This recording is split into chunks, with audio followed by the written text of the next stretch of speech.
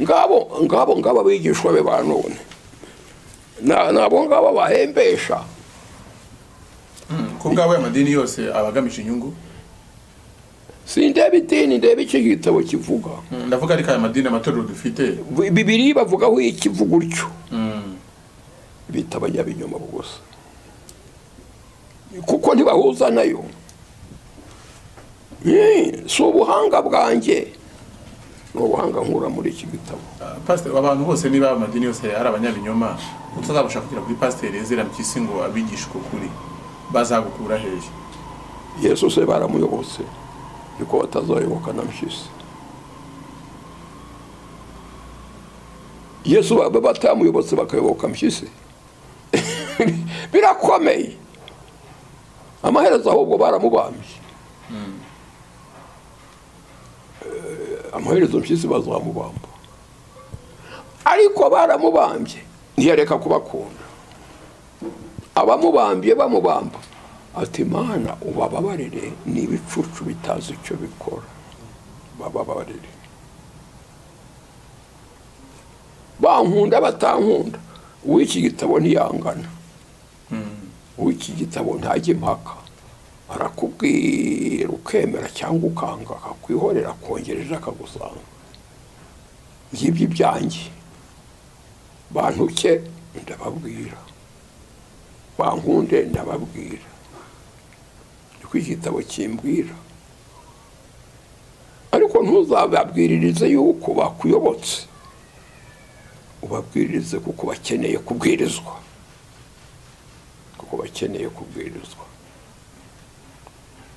Pastor, imperuka ni iki? Imperuka ni igihe ikintu kigeze ku iherezo ryacyo. Isi yegereje iherezo ryayo. Utubimenye utese. Abisi barareba izuba rigiye kwica abantu, inganda zigiye kwica abantu byabashobeye. Sishoberwa. Ahubwo ibi ni ibisura kw'isi y'ubu bayashaje. Igiye kugera ku iherezo ryayo. Ibi ni bigaragaza imperuka Yesu yavuze ubwo yari ari muri iyi si. Ati ibihe by'imperuka bizaba biruhije. Biruhije. Nta gihugu na kimwe wabona ngo gifite amahoro. Na kimwe mw'isi yose uhereye muri Loni. Ukageza ku gahugu gato. Nta dini n'imwe ifite amahoro. Mu madini ari ku isi.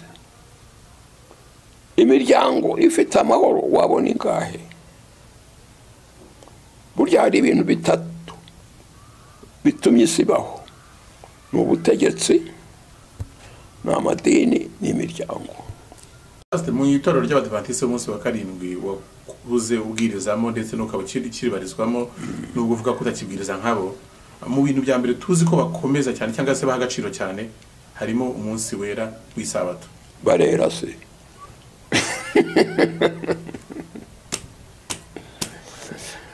Umunsi w'isabato baririza ubusa. Barirwa bavuza induru ba mu mashengesho. Umunsi wera n'uwabera. Mu cyigisho cy'iki cyumweru, mu cyigisho Abadiventiste biga, kiravuga ngo the Sabbath, the day of freedom. Ngo isabato ni umunsi w'umudendezo. Kuvuga ngo ni umunsi w'umudendezo ni ukuvuga ngo iki? Isabato irera, barera. Isabato ni abagezaho banesheje urugamba baririmba isinzi. Inkotanyi ziri mu ishyamba zaririmbaga isinzi. Ubu ziraririmba iki? Intsinzi. None kandi ukazisubiza mu ishyamba. None Abadiventiste bari ku rugamba ku isabato bari mu mashengesho biyiriza ubusa batakabarira. Ni umunsi wera wabamaze kugira Yesu mu bwonko baririmba insinzi batagikora icyaha. So Abadiventiste n'uwabamaze kugira Yesu mu bwonko bari bo bose batagikora icyaha baririmba insinzi. ariko se kandi abaruhuka isabato tuzi ari abadivantisi umunsi wa karindwi ntibagikora ibyaha nicyo nakubajije none abandi se ko batirirwa baririmba insinzi se ko birirwa barira ko birirwa mu amashengesho ni intambara n'ugutaka n'ukugaya isabato irera niyo abamaze kwera si iyo kwirirwa abantu baganya niyo kwirirwa abantu baririmba insinzi ubu ngo utangiza iri mu isabato yazo zaranesheje ziraririmba insinzi none urazisubiza mu ishyamba kandi baramaze gutsinda umva abo badivantiste bari mu ishyamba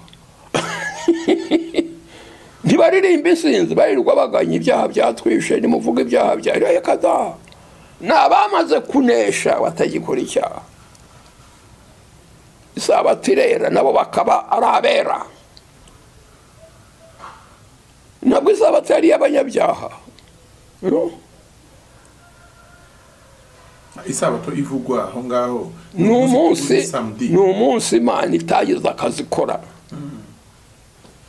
ni umunsi Imana ntiruhuka kuko ntinanirwa muri Bibiliya hari amafuti ngo Imana iraruhuka no haruhuka warushye Imana iraruha ni umunsi w'Imana yararangije ibera mu mudendezo